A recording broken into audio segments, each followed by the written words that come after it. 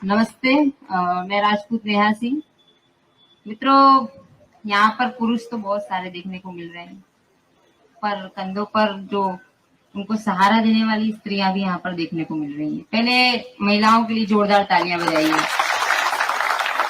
आप ये निश्चित कर लीजिए कि आप भीख मांगने आए हैं या अधिकार मांगने आए हैं।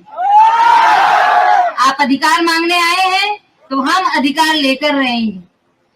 हम एक दिन इतिहास बन जाएंगे, पर जो भावी पीढ़ी है उनको हम ये जरूर बताएंगे कि हम आजादी की लड़ाई में तो नहीं थे, पर हमने अपनी अधिकार की लड़ाई लड़ ली।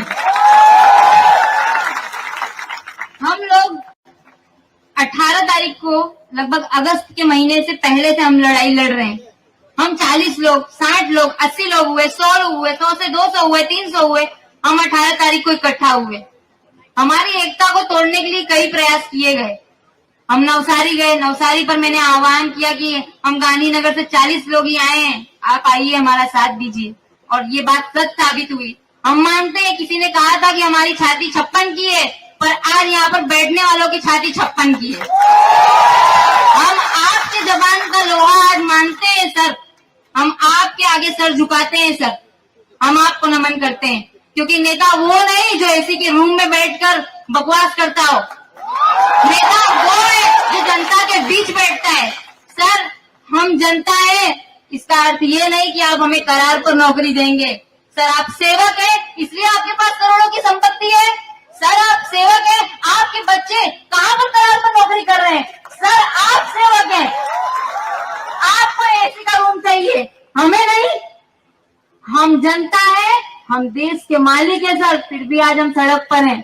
हम मालिक हैं, हमने आपको सेवक बनाया, आप मालिक बन बैठे। आपने हमें ये कहा कि लेना हो तो लो, नहीं तो घर जाओ। क्या हम भीख मांगने आए थे आपसे?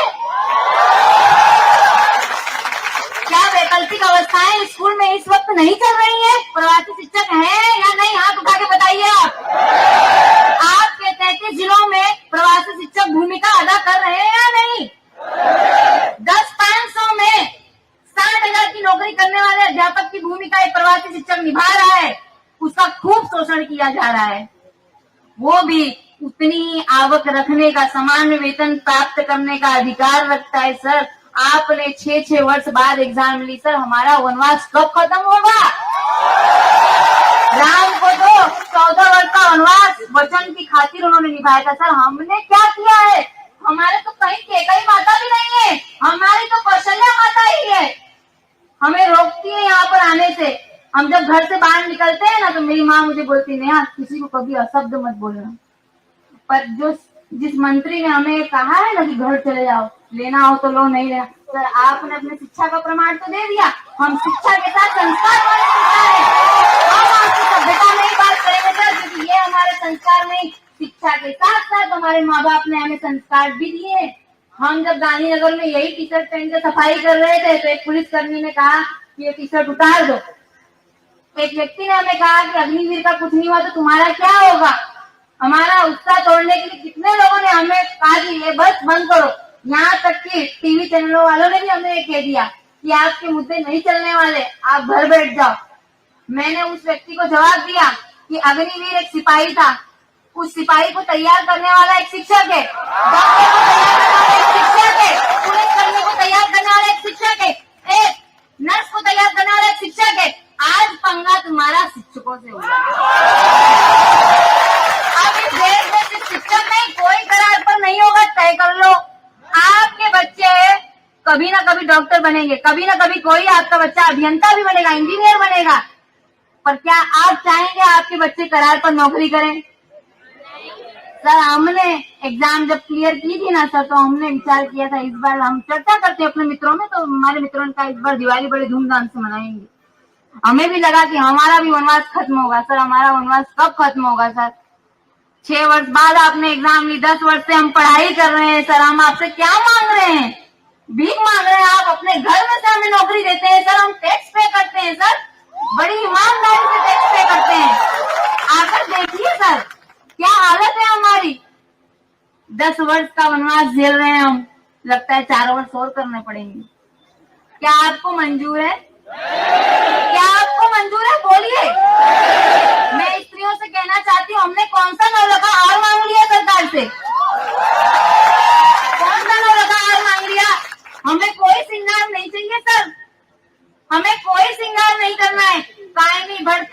और आत्मनिर्भर बन के जीना ही हमारा श्रृंगार है सर। हमें कोई श्रृंगार नहीं करना, हमें आत्मनिर्भर बनने का जो श्रृंगार है, हमारे स्वाभिमान से जीने का जो हमारा श्रृंगार है, वो हमारा अधिकार है, वो आपको देना ही होगा और हम उसे लेकर रहेंगे। यहाँ पर आए लोग ये तय कर लो, चाणक्य को जब धनानंद की सभा में अपमान किया गया था ना, एक चूक हमसे हुई है, इसे एक्सेप्ट कीजिए आप लोग। जब चाणक्य को धनानंद की सभा में अपमान किया गया था, उस वक्त चाणक्य ने अपनी शिखाएं खोली थी। मैंने चर्चा की कि चाणक्य ने अपनी शिखाएं खोलकर प्रतिज्ञा ली थी कि मैं अखंड भारत बनाकर दिखाऊंगा। हमने अपनी शिखाएं नहीं खोली, यही हमारी कमजोरी है। अब हम शिखाएं खोलेंगे सर। आपको जिस वक्त मुझे घसीटा गया था ना, उस वक्त मेरे घर में सब रो रहे थे। मैं फोन पर मेरी मम्मी को समझा रही थी, तभी पुलिस कांस्टेबल बोली थी इधर आ तेरा नाम लिख, पहले तेरा नाम लिख, फिर बाद में जिससे बात करी उससे बात कर।